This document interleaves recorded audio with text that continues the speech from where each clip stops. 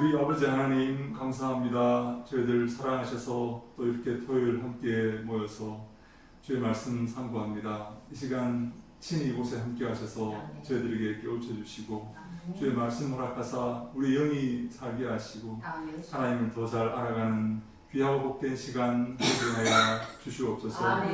친히 인도하시고 함께 하셔서 이 시간을 통해 영광 받아 주시옵소서. 예수님 이름으로 기도합니다. 아멘. 네. 네, 오늘은 요한계시록 2장에 들어가면 1장은 예수님은 누구신가 이렇게 예수님은 누구신가 이제 이렇게 나오고 2장부터 3장 두 개의 장은 요한계시록 2장부터 3장 두 개의 장은 소아시아 7교회에 관한 그 말씀입니다. 소아시아 7교회에 주신 말씀인데 왜 일곱 교회가 등장했고 왜냐면 소아시아에 당시에 많은 교회가 있었거든요. 그런데 왜 7교회만 콕 찍어서 이렇게 얘기를 하냐면 소아시아 7교회는 전 세계 이전에 있었고 앞으로 있을 모든 세계 교회를 다 이렇게 상징하고 대상화하는 것입니다. 그래서 이 소아시아 7교회만 해당하는 말씀이 아니라 오늘날 우리에게 주시는 말씀이다 이렇게 볼 수가 있는 거죠. 우리 교회도 또 우리 다른 교회도 모든 교회가 들어야 될 말씀이다 하는 거죠. 근데 우리 특별히 요한은 이 7이라는 숫자를 굉장히 좋아합니다. 여러분 요한복음에 기적이 7가지 기적이 나옵니다. 요한은 특별히 7가지 기적만 뽑아가지고 이렇게 따로 이렇게 표적이라고 이렇게 불러요. 요한은 표적이라고. 그럼 표적이라고 들어보셨죠? 이거 헬라어로 세메이온이라는 말을 이렇게 번역하는데 영어로 하면 사인입니다. 사인. 그럼 나름 이 기적과 뭐 역사와 뭐 이렇게 이런 다른 공간 복음에서는 기적이나 역사 이렇게 부르는데 work 혹은 miracle 이렇게 부르는데 특별히 요한복음에는 요거는 이제 그 에르곤 이렇게 디나미스 이렇게 부릅니다. 이건 나중에 이렇게 뭐 기회 있으면 제가 한번 이렇게 하도록 하고요. 또 헬라어로 에르곤 혹은 디나미스 능력이라는 말이죠. 능력.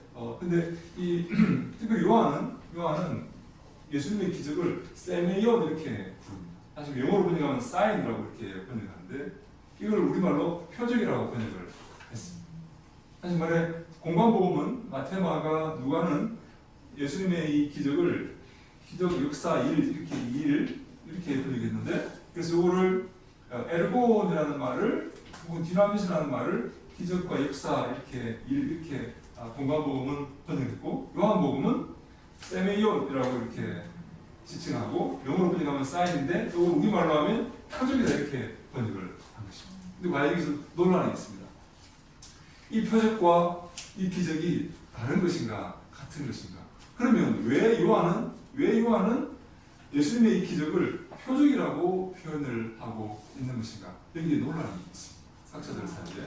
여러분 어떻게 생각하십니까? 이 기적과 이 표적이 다시 말해 공관복음 마태, 마가, 누가라는 이 공관복음의 기적과 역사라는 이 에르곤이나 디나미스로 표현된 것하고 요한복음의 세미온으로 표현된 것, 다시 말해 표적으로 번역하는 이것이 다른 것인가 혹은 같은 것인가 하는 논란이 있습니다. 여러분 어떻게 생각하십니까? 같은 거겠습니까? 다른 거겠습니까? 같은 거.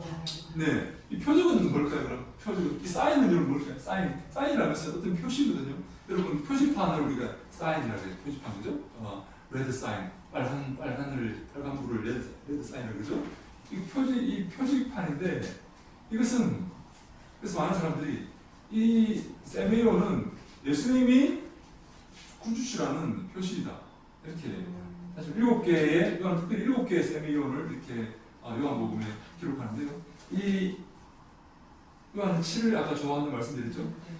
요한은 7개의 세미온을 자기 복음서 요한복음에 이렇게 쓰는데 이것은 이 표적들은 7개의 표적들은 예수님이 구주이다. 예수님이 하나님이시고 예수님께서 메시아이시고 하나님 아들이시고 나아가 하나님이시다 하는 것을 표시하는 것이다. 이렇게 사람들은 생각을 합니다.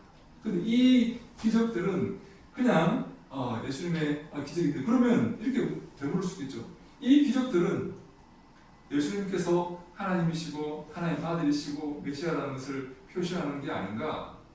이 기적들도 예수님께서 하나님이시고 메시아라는 것을 표시하고 있지 않는가? 그래서 많은 사람들이 이것과 이것은 다른 것이다 이렇게 생각했지만 요즘은 이것과 이것은 같은 것이다 라고 이렇게 주장하는 사람들이 많이 있습니다. 사실 말이 모든 기적은 모든 표적은 예수님께서 하신 모든 표적은 맹인을 고치시고 또 가나 어린 잔치에 물을 포도주로 바꾸시고 하는 모든 표적은 예수님께서 하나님이라는 것을 표시하는 하나의 그런 기적이다 이렇게 보고 있는데 그래서 우리가 이 성경을 보실 때 기적이 나왔다.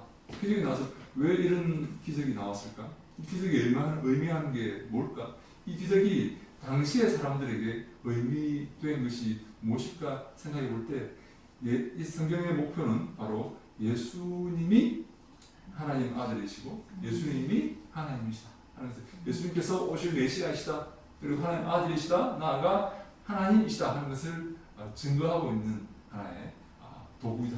이 모든 표적과 기적이 그렇다는 것입니다. 그래서 이 일곱 교회가 등장하는데 일곱 교회는 아까 말씀드렸듯이 모든 지상에 전에 있었던 그리고 앞으로 있을 모든 교회를 통치하여서 배당하는 것이다. 이렇게 말하는 것입니다. 그래서 일곱 교회를 보면서 우리 교회는 어디에 해당하고 있는가? 우리 교회는 일곱 교회 가운데서 어디쯤에 위치하고 있는가? 혹은 혹시 칭찬받고 있는가? 혹시 책망받고 있지는 않은가? 일곱 교회 가운데 두 교회는 칭찬받지만 다섯 교회는 칭찬도 받지만 책망을 받습니다. 그래서 오늘 우리가 이 일곱 교회의 모습을 보면서 우리가 책망받고 있지는 않은가 하면서 한번 이렇게 경계하는 그런 시간을 가지면 좋겠습니다. 요한계시록 한번 찾아볼까요? 요한계시록 2장 한번 찾아볼까요? 성경을 펴셔서 요한계시록 2장 첫 번째 에베소 교회가 나옵니다.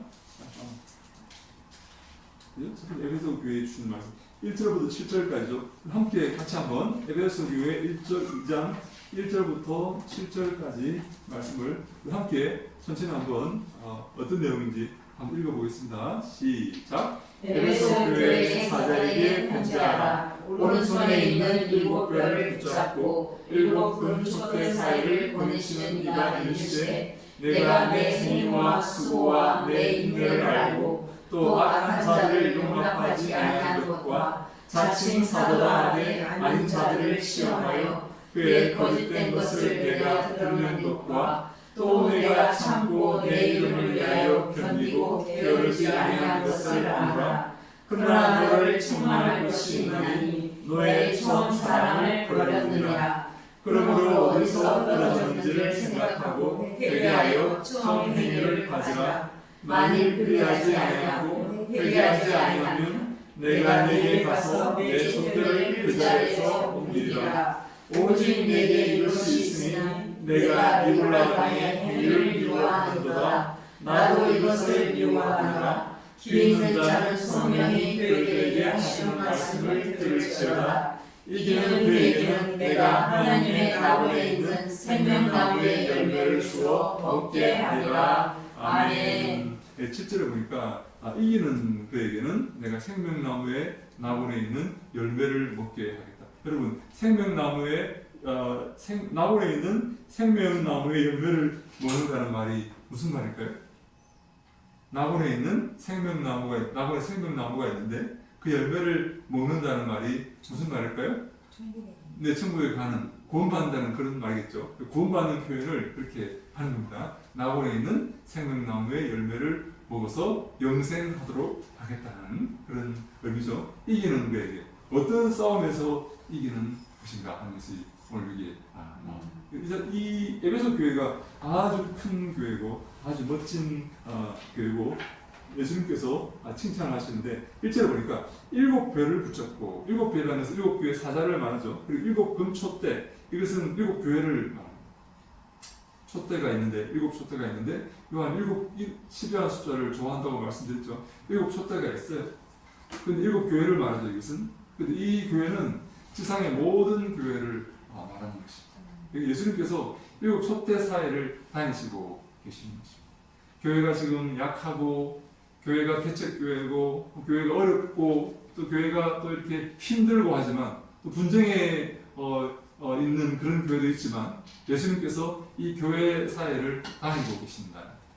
교회를 당신의 몸된 교회를 지키시고 보호하시고 관심을 가지시고 염려하시고 보호하시고 계신다는 거죠. 그리고 특별히 7별을 손에 쥐고 계십니다. 7별은 7교회 사자라고 말씀드렸죠. 그 사자를 예수님께서 붙잡고 계십니다. 비록 약하고 비록 건강하지 못할 수 있고 비록 조금 힘든 가운데 있지만 7그 별을 잡고 계신다. 예수님께서 그 사자들을 잡고 계시고 그 7금촛대 사이를 다니시면서 그 교회를 돌보시고 계신다 하는 것을 먼저 1절에 말씀을 하시고 2절을 보니까 내가 내 행위와 수고와 내 인내를 알고 악한 자들을 용납하지 아니한 것과 자칭 사도라 하되 아닌 자들을 시험하여 그 거짓된 것을 드러낸 것과 또 네가 참고 내 일을 위하여 견디고 게으르지 아니한 것을 아노라.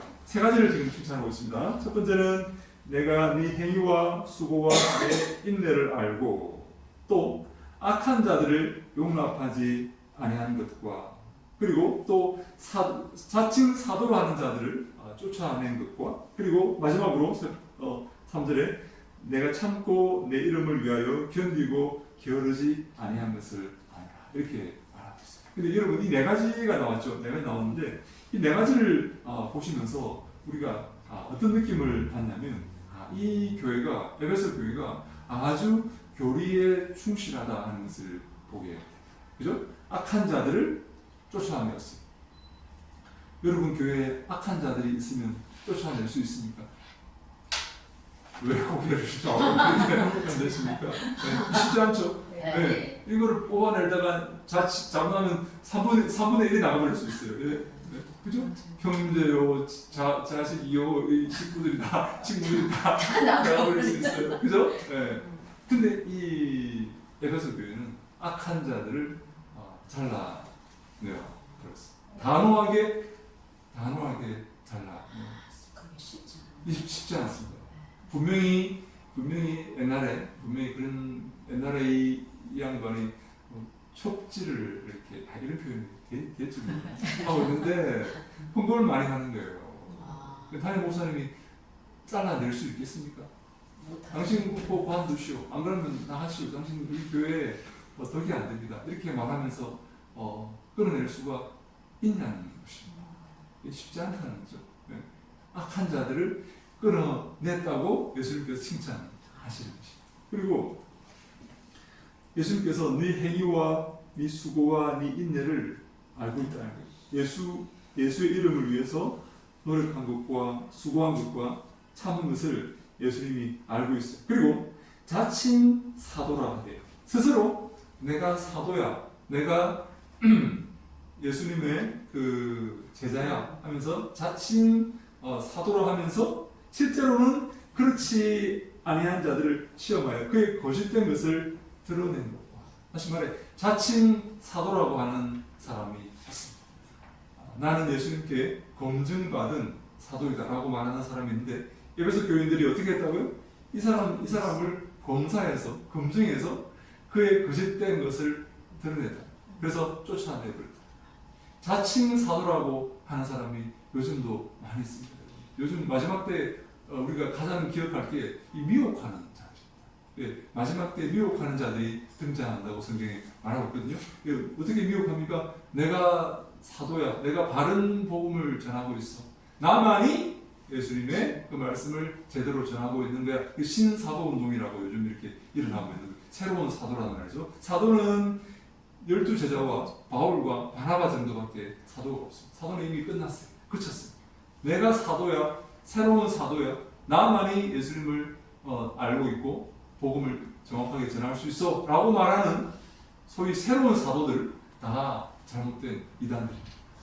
사도는 당시에 12명 외에 바울 외에 바나바도 이렇게 한다 할지라도 그분들밖에 사도가 없습니다. 사도는 더 이상 없어요. 이 직분은 계속되는 직분이 아니에요. 목회자는 있지만 사도는 사도라 그러면 안 돼요. 사도는 그분들 외에 사도는 없다. 내가 사도야 이렇게 말했다면 이 사람은 100% 이단이다 이렇게 봐야 됩니다. 사도는 없습니다. 근데 어떤 사람이 내가 사도야 이렇게 말하면서 등장했어요. 사람들이 많이 몰렸어요. 근데 에베소 교회 교인들이 어떻게 했다고요? 이 사람의 고집됨을 드러냈다. 당신 아니야. 사도 아니야. 당신 교리가 잘못되었어. 잘못 가르치고 있는 거야. 라고 성도들이 이 사람이 잘못된 것을 드러내 버렸다. 여러분, 우리 교회는 그렇게 할 수 있을까요? 어떤 사람이 와서 내가 사도야 그러면 기집도 행하고 막 설교도 하고 하는데 좀 이상해. 근데 여러분, 이 사람의 거짓됨을 드러낼 수 있겠습니까? 당신은 틀렸어요. 성경에 그렇게 말하고 있어요? 여러분, 그렇게 우리가 에베소 교회가 그렇게 했다. 여러분, 이 교회가 그래서 훌륭한 교회라고 봐야 되죠. 이번에 또 이렇게 그리고 또 3절 보니까 참고 내 이름을 위해서 견디고 게으르지 않았다. 참고 예수의 이름을 위해서 견디고 무엇을 견디겠습니까? 핍박과 궁핍과 반란을 견디겠죠. 누구 이름을 위해서? 내 이름을 위해서, 예수 이름을 위해서 인내하고 그것을 견디면서 게으르지 않았다. 게으르지 않았어. 우리가 얼마나 게으릅니까? 우리가 얼마나 게으른지 모릅니다. 그죠? 네? 몸을 위해서 우리가 게으르죠. 근데 이 에베소 교회 교인들은 게으르지 않았다. 기도 시간에 마시지도 않고 공사하라는 분들도 도망가지도 않고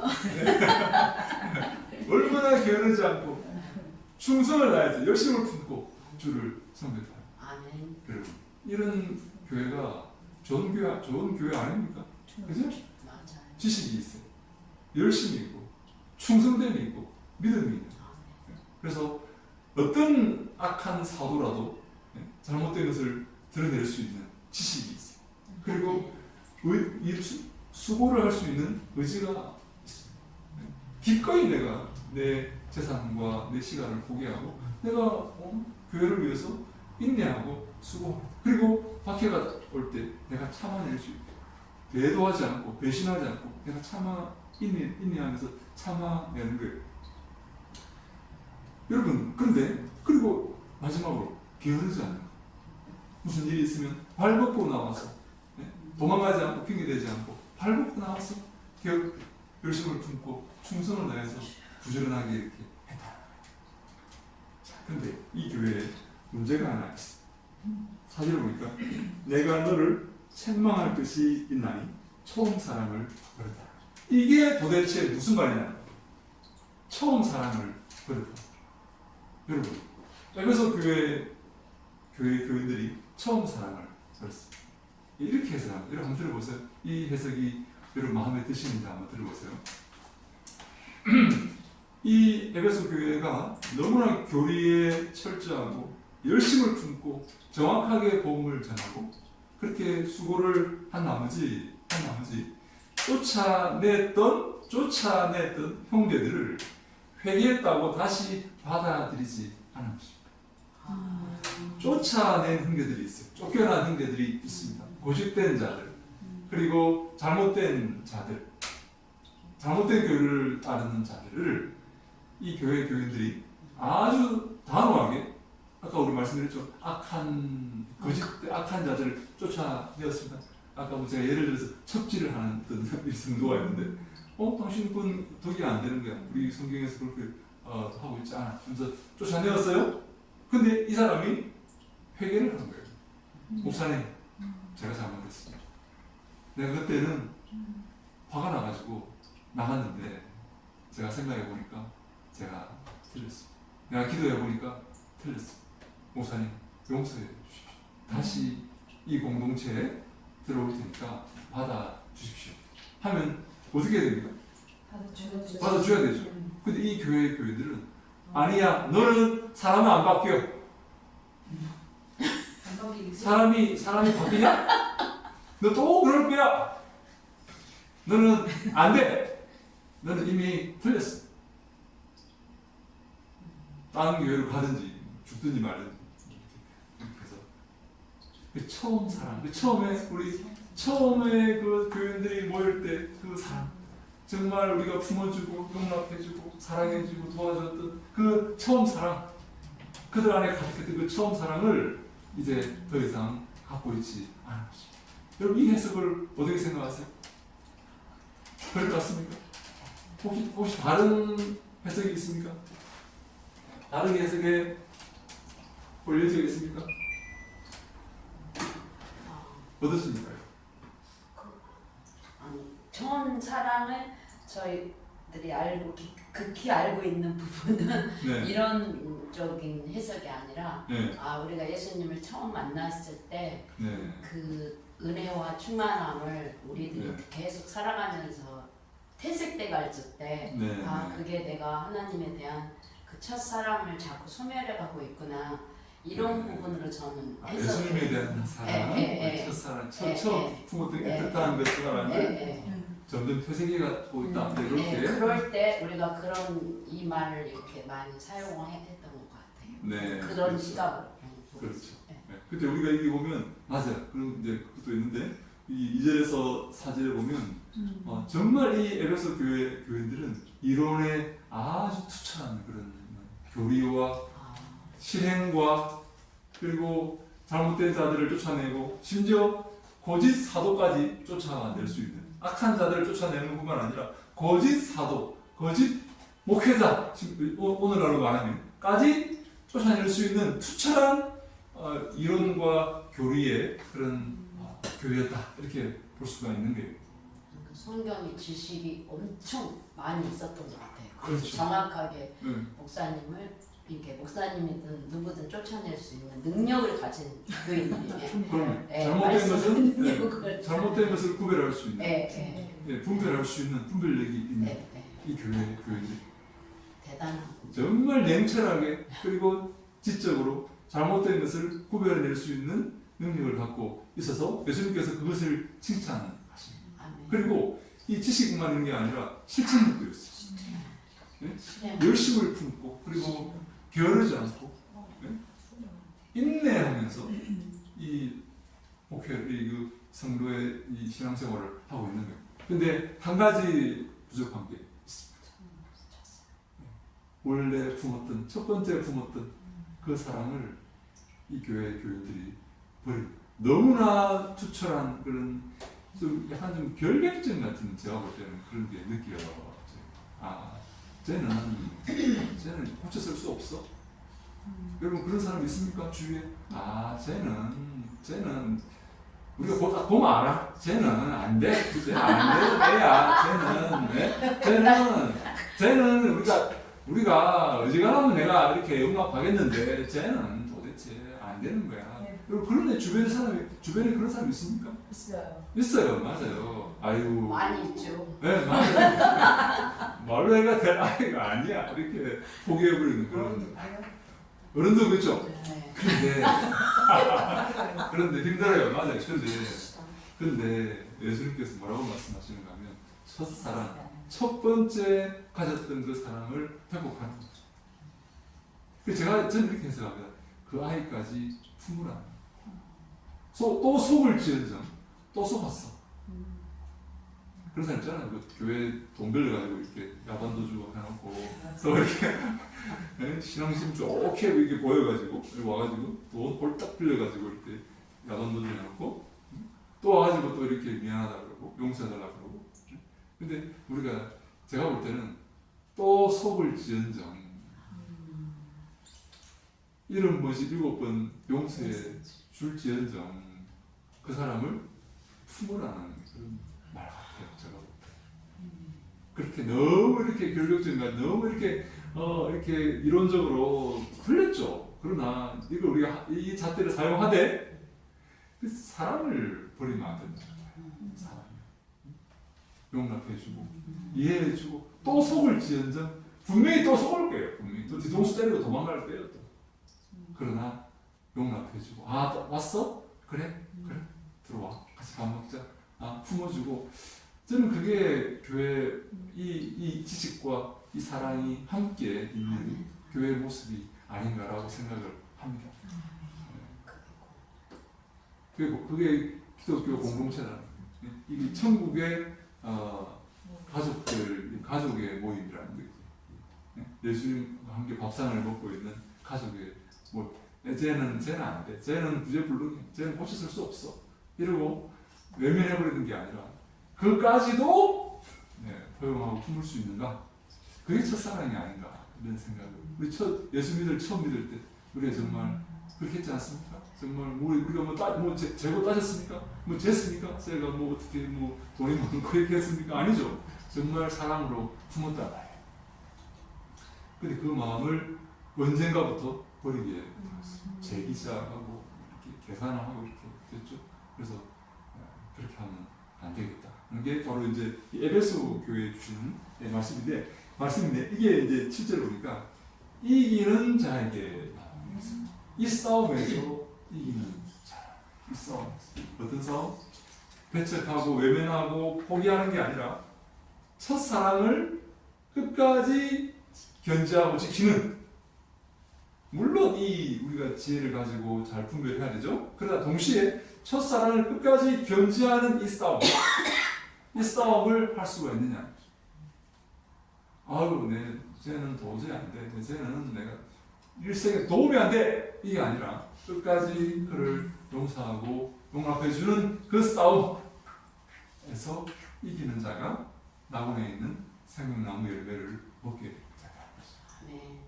그럼 동의하십니까? 아멘. 네. 그래서 우리 에베소 교회에게 주신 말씀은 바로 이 첫사랑을 잃어버려서는 안 된다. 물론 칭찬받았습니다. 잘 분별하였습니다.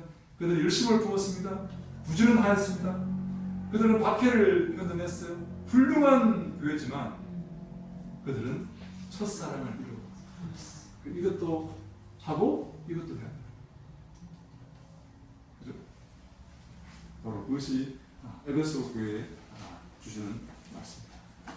근데 또 한 가지 이게 뭔가 하면 6절에 보니까 오직 내게 이것이 있으니 네가 니골라당의 행위를 미워하는구나.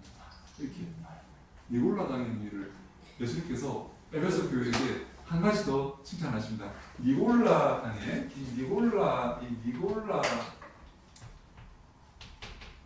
당이라는 이 사람들이 등장했는데요.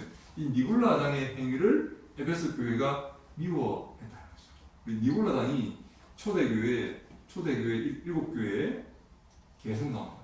제가 뒤에 가서 니골라당이 에베소 교회에서는 니골라당의 행위를 미워했습니다. 에베소 교회가 여러분 기억하십시오. 뒤에 나옵니다. 뒤에 나오면 또 나옵니다. 이 7교회 가운데 니골라당과 관련된 교회들이 많이 있습니다. 초대교회 유명한 이단입니다. 니골라당 이단이. 그래서 초대교회가 이 니골라당에 많이 침범당하고 물들어 있는 상태였습니다. 여러분 지금은 그렇지 않을까요? 지금도 마찬가지입니다. 지금도 제가 지금 니골라당이 뭔지를 한번 오늘 여러분과 함께 얘기를 하려고 지금 하는데 뒤에 자세히 나오기 때문에 뒤에 한번 보겠습니다. 우리 두 번째 우리 서머나 교회 한번 볼까요? 서머나 교회는 8절부터 11절까지인데 한번 같이 한번 읽어볼까요? 서머나 교회 시작. 서머나 교회 사자에게 편지하라. 처음이요 마지막이요 죽었다가 살아나신 이가 이르시되 내가 내 환난과 궁핍을 알거니와 실상은 내가 부요하지 않으라. 자칭 유대인이라 하는 자들의 비방도 알거니와 실상은 유대인이 아니요 사탄의 행하라. 너는 장차 받을 고난을 두려워하지 말라. 볼지어다 마귀가 장차 너희 가운데서 몇 사람을 오게 던져 시험을 받게 하리니 너희가 10일 동안 환난을 받으리라. 내가 죽도록 충성하라. 그리하면 내가 생명의 간을 내게 주리라. 귀 있는 자는 성령의 교회들에게 하시는 말씀을 들을지어다.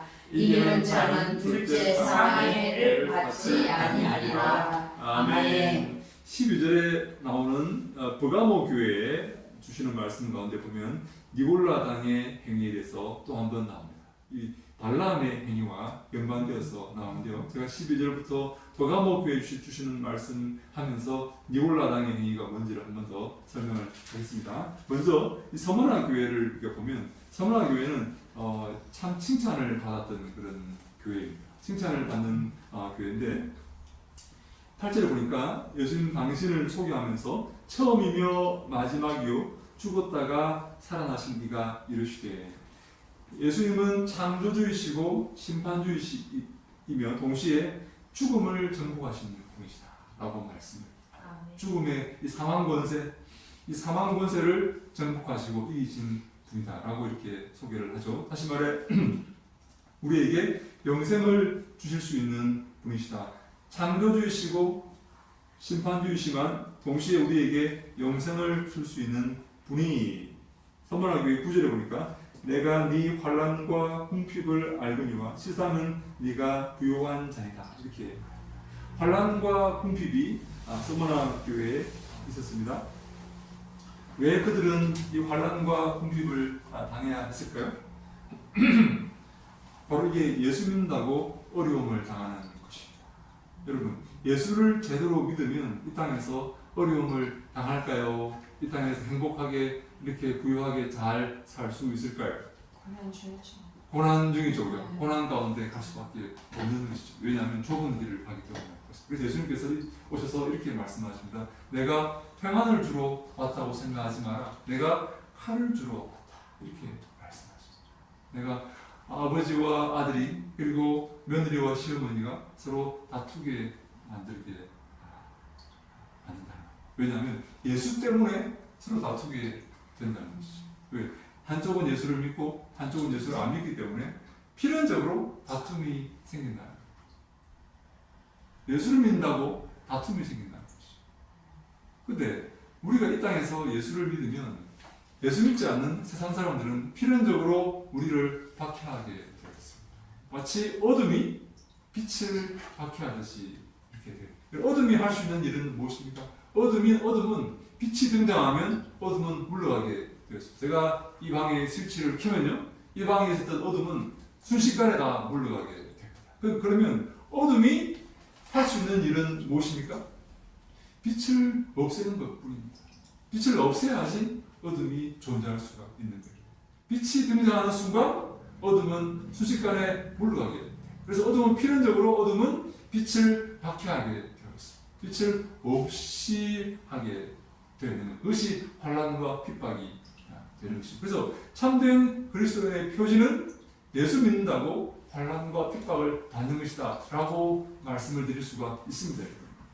그런데 내 인생에 환난과 핍박이 없어요? 예수 믿는데 많으시죠? 네, 그게 정상입니다. 내 인생에 예수 믿는데 환난과 핍박이 없다면 내가 예수를 바로 믿고 있는지 돌아봐야. 왜 마귀가 나를 가만히 놔두죠? 건들 필요가 없는 그래, 건들 필요가 없는 거예요. 가만히 놔두고 이 사람은 아무리 의미하는 게 없어요. 심지어 같은 편을 쓰였어요. 같은 편. 가만히 놔둬요.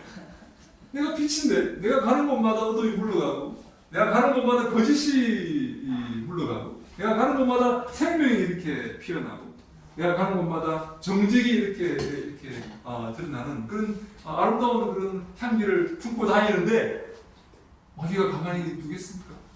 가만히 안 두는 거죠. 핍박하고 박해하고 심지어 예수님처럼 죽이겠죠. 근데 나를 가만히 둬요? 내 인생에 아무런 환난도 없고 고난도 없고 평안해요? 그럼 내가 예수를 잘 믿는지 돌아봐야 되는 거죠. 그리고 우리 에베소 서머나 교회가 내가 네 환난과 궁핍을 알거니와 실상은 네가 부유한 자. 실상을 말해요. 여러분 이 실상을 말해요. 그들의 이 외면은 그 환난과 궁핍으로 가득 차 있죠. 근데 이 외면이 중요한 게 아니라 실상이 중요해요. 실상은 우리가 이렇게 볼 수 있죠. 이것은 육의 관점이라고 이렇게 본다면 이것은 영의 관점이라고 이렇게 볼 수 있죠. 그렇죠? 네. 하나님 보실 때 우리가 부유한 자, 사람들이 볼 때는 환난과 핍박 가운데 어려움을 당하는 그런 상태인 것처럼 보이지만 하나님 보실 때는 세상은 부유한 자, 하나님께 부유한 것, 칭찬받고 상급이 많은 그런 상태에 있다는 것이죠. 이 반대 꼭 이 에베소 서머나 교회와 반대 교회가 있습니다. 꼭 반대로 되어 있는 교회가 라오디게아 교회. 잠깐만 한번 찾아볼까요? 우리 3장 우리 라오디게아 교회 17절 3장 17절 한번 볼까요? 3장 17절 한번 같이 한번 읽습니다. 우리 계시록 3장 17절 라오디게아 교회에 주신 말씀이죠. 시작. 내가 말하기를 나는 부자라 부유하여 부족한 것이 없다 하나 내 공부하는 것과 가련한 것과 가난한 것과 눈먼 것과 벌거벗은 것을 알지 못하노라. 아멘. 라오디게아 교회는 아주 부유한 교회였습니다. 아주 큰 교회였습니다. 정말로 라오디게아라는 도시 자체가 아주 부유한 도시였습니다. 근데 라오디게아 교회 사람들이 자기는 나는 부자라 부유하여 부족한 것이 없다라고 외치고 다닐 만큼 그들은 부유한 자였습니다. 외면적으로. 근데 예수님께서 뭐라고 말씀하십니까? 너의 가련한 것과 가난한 것과 눈먼 것과 헐벗은 것과 너의 궁핍한 것을 네가 알지 못하느냐고. 그들의 외면은 정말 지질이 궁상을 들고 있어요. 네? 정말 궁핍하고 가난하고 손가락질 받고 너 왜 예수 믿으면서 그렇게 사냐? 네? 수없이 들은 말. 수없이 들은 말이니까 너 왜 그러고 사냐? 왜 그렇게 궁상을 끌고 있냐? 네? 외면은 가난하고 궁핍하고 네? 정말 핍박과 환난 가운데 얼룩져 있는 삶인데 실상은 네가 부유한 자. 반대하면요. 나는 부자라 부족한 것이 부유하여 부족한 것이 없다 라고 했지만 예수님께서 너의 가련한 것과 너의 가난한 것과 궁핍한 것과 눈먼 것과 헐벗은 것을 알지 못하는구나. 실상은 여러분 어디에 속하십니까? 여기는 부유하고 여기는 가난합니까? 아니면 반대로 여기는 가난하고 여기는 부유하십니까? 네, 우리가 그래서 저는 이렇게 이 계시록을 보면서 계시록이 우리에게 주신 편지구나. 하나님께서 우리에게 보내주는 어떤 계시의 어떤 무슨 환상과 비밀과 숫자와 어떤 코드가 이렇게 있어가지고 해석해야 되는 그런 게 아니라 우리에게 주시는 정말 하나님의 마음을 담은 예수님의 마음을 담고 있는 편지구나 하는 것을 왜냐하면 이게 2장 3장에 이 소아시 7교회에 주시는 편지입니다. 이게 주제입니다. 이게 주제. 나머지 뒤에 나오는 무슨 대적과 심판과 이런 모습들은 하나의 상징에 불과한 거지. 우리에게 그런 환난과 나중에 고난과 핍박이 온다는 것을 말하는 거지. 실제 예수님께서 하시고 싶은 말씀은 이 소아시아 7교회에 주시는 이 2장 3장에 다 담겨 있는 것입니다. 실제로 이 시아가 제가 전에 우리 전체 한번 이렇게 흐름을 말씀하면 드렸죠. 네. 그리고 우리가 볼 때 이 2장 3장에 나오는 이기는 자가 누구냐? 이기는 자는 나온에 있는 생명나무 열매를 내가 먹게 하겠다는 거죠. 근데 그러면 이기는 자가 어떻게 해야 이길 수가 있는가? 어떤 싸움이 있는가 우리에게? 그래서 어떻게 해서 우리가 이길 수 있는가? 그래서 우리가 천국에 들어가서 영생의 열매를 먹게 되는가 하는데 오늘 우리가 계시록 2장의 이 서머나 교회가 그런 교회입니다. 9절에 내가 너의 환난과 궁핍을 알거니와 너의 지질이 궁상을 떨고 있는 너의 모습을 내가 알고 있다는 거예요. 내가 알고 있다는 거예요. 너의 가난함과 너의 핍박과 어려움과 수치와 수고를 내가 다 알고 있어요. 그러나 실상은 너가 부유한 자. 나 때문에 내가 안 믿었으면 나와 함께 안 했으면 이렇게 살겠냐? 뜬뜬거리며 잘 살겠지? 근데 나와 함께 산다고 궁핍하고 나와 함께 산다고 핍박당하고 어려움을 당한 것을 내가 알고 있다는 거야. 아멘. 그래서 근데 실제 그들을 핍박하고 서머나 교회를 핍박하고 이렇게 어려움을 준 그 존재들은 누군가 하면 자칭 유대인이라고 하는 자들인데, 유대인들이 서머나 교회를 핍박했는데, 여러분 유대인들이 당시에 기독교를 핍박했어요. 했는데 이 예수님께서 뭐라고 말씀하시는가 하면 그 사람들은 유대인이 아니라 사탄이라. 사탄이 박해하는 것이다. 라는 것입니다. 우리 형부가 나를 형부란다. 우리 친구가 나를 박해하는 게, 내를 박해하고 그렇게 하는 게 아니라, 내 남편이 나를 그렇게 하는 게 아니라, 그게 사탄이라는 거예요. 사탄.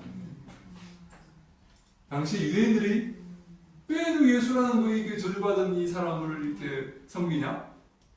그건 잘못된 거다라고 박해했는데, 유대인들이 기독교를 박해했는데, 유대인들이 그 나무에 달리자마자 저주받은 자 아니냐? 예수라는 십자가에 달린 그 저주받은 자를 왜 섬기냐? 그 사람 메시아라고? 라고 유대인들이 박해했는데, 이 사람들이 유대인이 아니라 실상은 사탄의 그 당이다. 이렇게.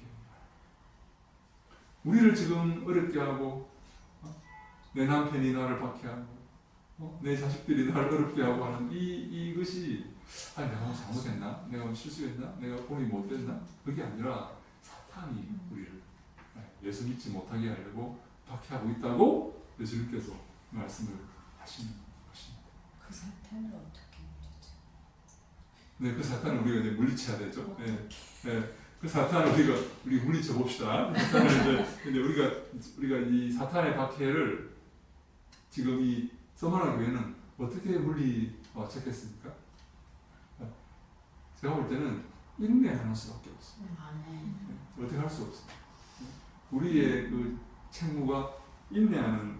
그래서 보니까 이렇게 말하면 10절에 보니까 너는 장차 받을 고난을 두려워하지 말라. 왜? 장차 고난이 있을 것입니다. 예수 믿는 이 길에 장차 고난이 있을 것인데, 그래서 이 유대인들이 너희 중에 몇 사람을 옥에 심지어 집어 넣어서 시험을 받게 할 것이다. 배교하게 만들 것이다. 너 그걸 버려라. 배교하라. 예수를 이렇게 부인하라 하면서 옥에 집어 넣을 것이고, 그리고 너희가 10일 동안, 짧은 기한 동안에 고난을 받게 될 것이다. 그러나 우리 10절 마지막에 네가 죽도록 충성하라. 그래야면 내가 생명의 관을 내게 주겠다고 말씀합니다. 죽기까지 예수의 말씀에 충성하고, 죽기까지 이 믿음을 버리지 않고 배교하지 않고, 죽기까지 예수 이름 붙들고 살라 하는 그런 말씀입니다. 목숨을 포기하면서까지 예수 이름을 붙들고 살라 하는 그런 말씀이죠. 죽도록 충성해. 아예 몸이 피곤해서, 아예 힘이 들어서 더 이상 못하겠어, 이게 아니라 죽기까지 목숨을 버려가면서까지 충성할 때 생명의 관을 내게 주시오. 아까 우리 그 에베소 교회에 준 말씀처럼 나홀에 있는 생명나무 열매를 먹게 한다는 그런 말씀과 같은 겁니다. 생명의 관을, 생명의 멸류관을 옛날 버전은 내게 주겠다. 이렇게 말씀합니다. 이 보니까 또 11절 보니까 귀 있는 자는 성령이 교회들에게 하시는 말씀을 들을지어다. 이기는 자는 둘째 사망의 해를 받지 아니하리라. 이기는 자는 이 둘째 사망, 첫째 사망이 아니라 자연스러운 죽음인 첫째 사망이 아니라 둘째 사망은 어떤 사망일까요? 네, 지옥에 들어가는 사망. 첫째 사망은 모두가 죽는 사망이겠지만, 그죠? 둘째 사망은 진짜 사망인데 지옥에 들어가는 사망. 이기는 그는 이 끝까지 죽도록 충성해서 믿음을 지키는 이 싸움에서 이기는 그는 둘째 사망의 해를 받지 않을 것이다. 다시 말해 영원한 천국에서 살게 될 것이다. 라고 이렇게 말씀하는 것이다. 그래서 우리 이 마귀와의 싸움에서 승리하는 방법은 죽도록 충성하는 수밖에 없습니다. 이 길은 그 길입니다. 우리가 가는 길은. 그런데 이 죽도록 충성하면 우리가 이 10일 동안 환란하는 것, 이 10일 동안이라는 말은 무슨 말이냐면 환란의 기간이 길지 않다는 거예요. 10일이 뭐냐, 10년이냐 뭐냐.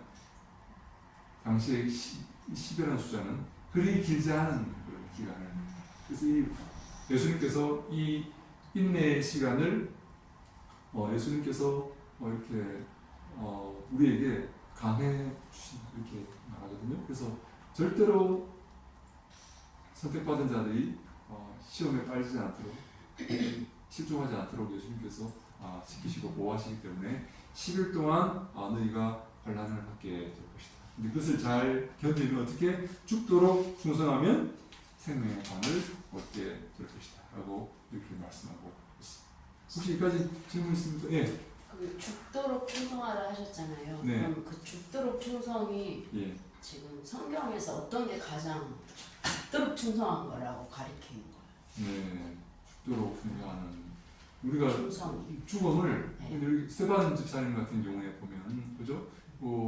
설교를 딱 한 번 하고 돌에 맞아 죽습니다. 설교를 딱 한 번 하고 돌에 맞아. 근데 여러분 그 스테반이 얼마나 제가 볼 때는 위대한 예수님의 종인지 몰라요. 근데 여러분 스테반 설교를 보면요 기가 막혀요. 야 어떻게 이렇게 설교를 할 수가 있을까 할 정도로 유대인들 꼼짝 못하게 만드는 예수가 주임을 선포하는 거예요. 집사님, 목사가 아니라 물론 당시에 집사는 목사 정도의 급이었다 이렇게 말하는 사람도 있지만 집사님이 여러분 허무하지 않습니까? 그렇게 잘 교육받고 훈련받은 그리고 공부한 그 집사님이 한편의 설교를 딱 남기고 딱 죽어요. 그 말씀을 전하기 위해서. 근데 그 설교를 듣고 사도 바울이 변화합니다. 전 세계가 뒤집어집니다. 이 복음을 우리가 전하기 위해서 이 목숨을 버릴 각오를 해야 합니다. 내 목숨을 아끼고 내가 조심하고 이게 몸살이면 안 된다는 거예요. 내가 할 때는 최선을 다해서 내가 목숨을 바쳐서 목숨까지도 아까워하지 않고 복음을 전해야 되겠다. 물론 우리가 잘 안 되죠. 그러나 최선을 다해서 내가 기회 있을 때마다 때를 얻든지 못 얻든지 복음을 전하려고 노력을 해야겠다. 이렇게 보는 것입니다. 네. 그러니까 복음을 전하는 거지. 그러니까 그 충성은 충성이. 복음이 이제 이라는. 근데 대부분 막 그렇게 생각 안 하는 경우들도 거의 태반이잖아요. 네, 그래서 네, 복음은 나중이고 그냥 모든 성도들 입장에서 그런 부분들이 솔직히 많잖아요. 네. 복음은 지금 안전해도 되고 네. 그냥 그 일하는 게 충성이라고 여기는 그런 게 있어서 이제 그걸 정확하게 제가 알고 얘기하고 싶었어요. 네. 네. 근데 우리가 항상 기억할 때 주님의 관점에서 항상 이렇게 볼 수 있어야 되거든요. 그러니까 우리가 이렇게 이런 말씀드리면 제가 그렇지만 목회자들은 그런 경향이 좀 있어요. 이 성도들이 딴 생각 못하도록 이렇게 막 자꾸 뺑뺑이를 이렇게 딴 생각하면 뚱뚱한 생각 한다고 그래서 정신없이 막 이렇게 만드는 거예요. 저는 자기 잘못됐다고 생각하는 게 바쁘면 안 된다. 우리는 고요히 앉아서 기도하고 묵상하고 말씀을 상고하고 뭐가 옳은지를 생각해 봐야 돼요. 생각을 가만히 해보면 생각을 가만히 해보면 하나님 감사할 수가 있어요. 이 같은 어원에서 나온 말이에요. think하고 생각하고 생각을 가만히 해보면 하나님 감사할 수 있어요. 생각을 가만히 해보잖아요, 여러분. 생각을 가만히 해보면 이 우주가 저절로 만들어진 게 아니라는 것을 알 수가 있습니다. 생각을 가만히 하면 우리 모든 삶이 하나님 은혜라는 것을 알 수가 있어요. 근데 마귀는요, 생각을 못하게 합니다. 생각을 못하게 해요.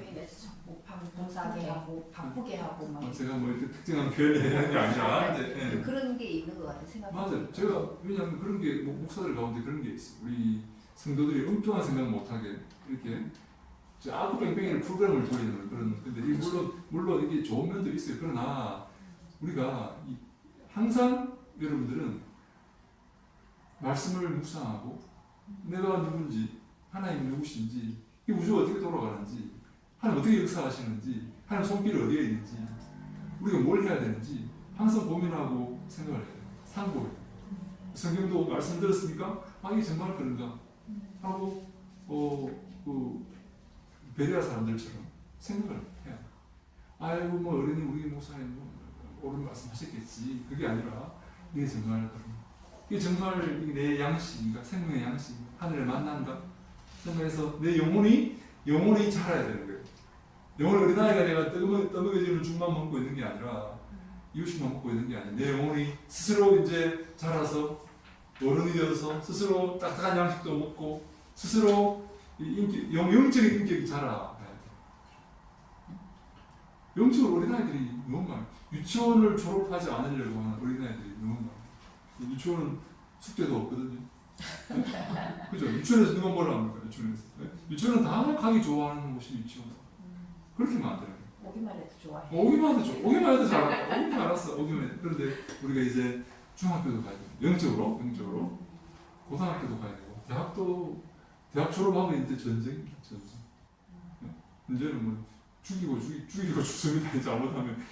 네? 점점 그런 영적인 전사, 영적인 투사가 영적인 어떤 이 일꾼이 돼야 되는데 어린아이로 자꾸 이렇게 만들면 안 된다는 거죠. 그래서 우리가 하나님께서 뭘 내 인생에 원하실까 하는 생각해보고 이것을 위해서 우리가 목숨까지도 드릴 수 있는 그런 사람이 되어야 되겠다 하는 거죠.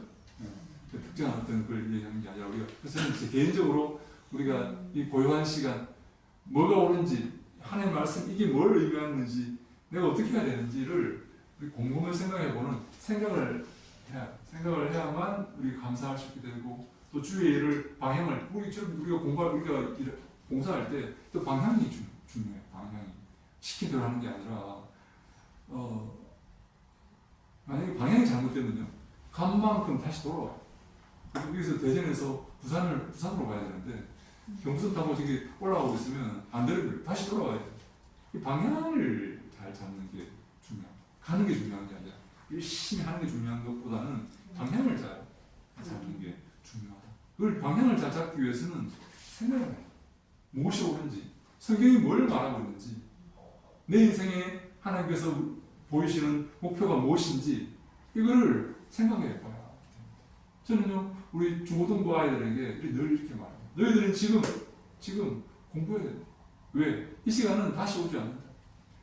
이 시간은 왜냐하면 중고등학교 이 틴에이지죠. 13세부터 19세까지 이 중고등학교 이 때는 가장 머리가 암기가 잘 되고 가장 호기심이 많고 가장 독창성을 발휘할 수 있는 그런 기간이기 때문에 교육학자들이 이 중고등학교 이 틴에이지들 이 시간에 외우게 만들고 단어를 외우게 만들고 이 시간에 약간 좀 강압적이더라도 암기하게 만들고 몰아넣고 우리 옛날에 얼마나 많이 했으면 몰아넣고 그게 필요하다는 그 시간.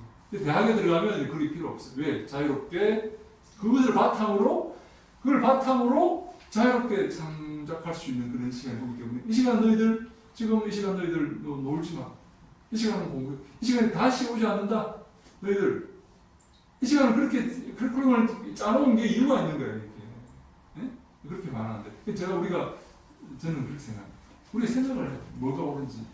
왜냐하면 이렇게 뭐 무턱대고 이렇게 따라가면 안 되고 그렇다고 해서 뭐 비판하라는 게 아니라 성경이 우리에게 뭘 말하는지를 생각해 보잖아요. 그것이 우리 성도들이 에베소 교회 분들처럼 첫사랑만 있었는데 그죠? 우리 그들은 정말로 바른 삶을 살기 위해서 애쓰고 노력했어요. 그죠?